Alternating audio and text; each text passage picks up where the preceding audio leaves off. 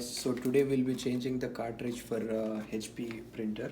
So as you can see, this is the cartridge and this is like a tricolor cartridge. I got it from Walmart, and so as you can see, this is the cartridge. So before you install it, you have to remove this cover. Okay, but I'll show you where to place the cartridge in the. Okay, you have to pull it, and then it will. Okay, now this is my printer. Okay, so as you can see, so if you just lift it up,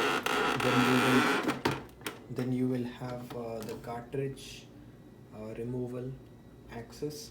Now as you can see, this is the one that I'm using for tricolor, and as you can see, there are two cartridges. This is like tricolor and this is for ink.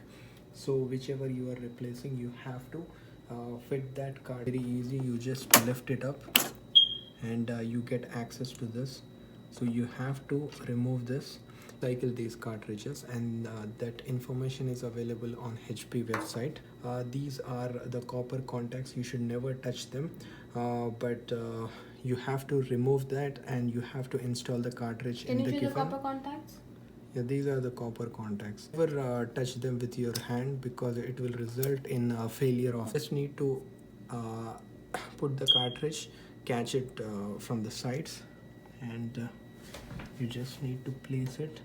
For me, I think it is very comfortable with the left hand, so I just place it like this, and then I just put it like this. Now our cartridge is installed. Access door is open. Please close to continue. So compatible, and it says pull out the paper tray and load plain paper, then press OK. So I will just pull out the paper tray and then you just press OK to continue. Okay, so this is it, guys. It is installing the cartridge in the HP OfficeJet 4630.